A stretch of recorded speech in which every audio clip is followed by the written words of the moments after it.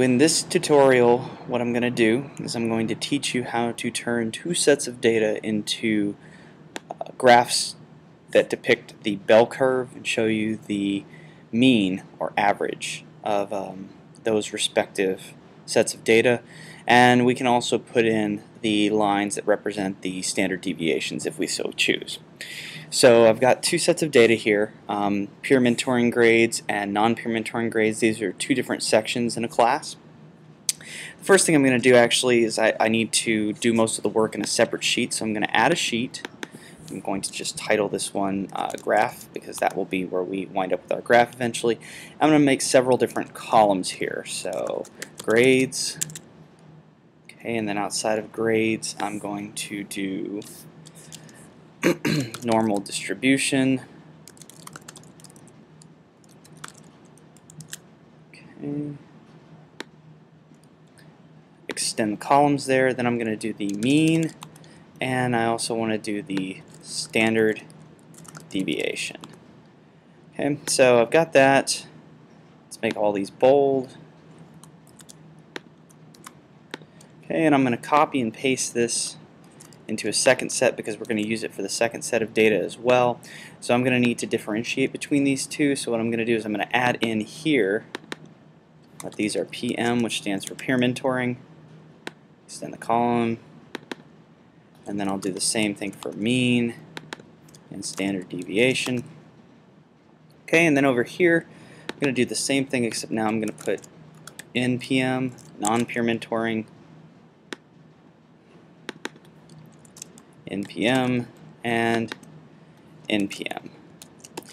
Alright, so the first thing I want to do is I want to actually have a range of grades. So initially I'm going to just do this from 0 to the highest potential value. I'm going to actually do 110. You can choose to diminish the number of grades if you'd like, so if you only like it to range from say 60 to 110, you can do that, but I'll show you the graph for all of these values. So what I could do is I could type 0 and then follow that by typing 1, 2, 3, 4, so on, all the way up to 110, but this is really too strenuous, and instead there's an easier way to actually get this to automatically type out all those numbers. So what I'm going to do here is I'm going to go up to Edit, I'm going to select Fill, and I'm going to do Series.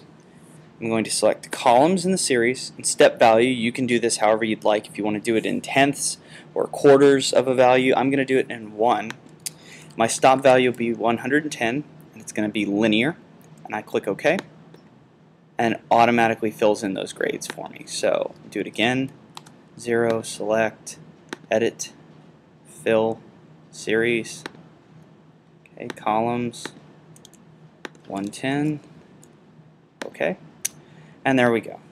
Alright, so now what I want to do is I want to actually put in the mean values, or obtain the mean values for each of my sets of data. So what I'm going to do here is I'm going to go to the cell directly to the right of my mean value for the peer mentoring, and I'm going to type enter average, open parentheses, and I'm going to come down here and I'm going to click on grades. I'm going to select all of these, and notice up here is actually still putting all of those values into my original average, which is on the other page. And when I'm done, I simply press Shift, close parentheses with 0, and I hit Enter, and voila, it puts the mean into this particular page. And I can do the same thing for standard deviation, equals STDEV, open parentheses, again click grades, highlight those values, close it, enter, and I've got my mean and my standard deviation. Now these have way too many numbers after the decimal point, so I'm going to highlight both of these cells. I'm going to choose Format, Cells. Okay, I'm going to do Number, and I'm going to decrease the number of decimal places to 1. Right, so that gives me my standard deviation and my mean for my peer mentoring sections. Okay, so now I'm going to come and do it again for non-peer mentoring. Again, equals average, open parentheses, grades.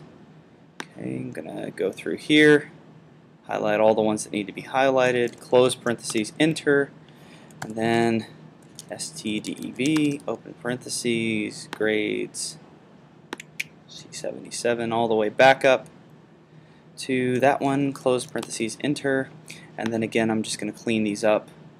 Format cells, okay, number, 1 decimal place, okay. Alright, so now I've got my mean and my standard deviation for each of my sets of data. So now I can actually do the normal distribution.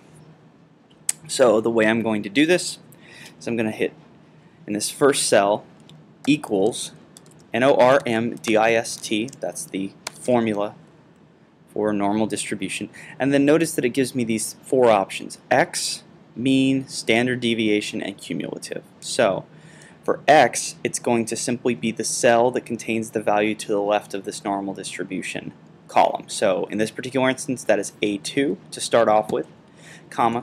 Mean will be my value in the mean. Now I could click on the cell, but if I just do that, it gives me D1. And the problem with that is that if I copy and paste the contents of this cell, it's going to switch to D2 and then D3 and D4 to accompany what I'm pasting. So I need to make this an absolute value. To do that, all I do is I just put $ in front of the letter and number.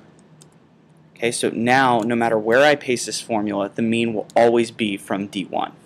And I'm going to do the exact same thing with the standard deviation. Okay.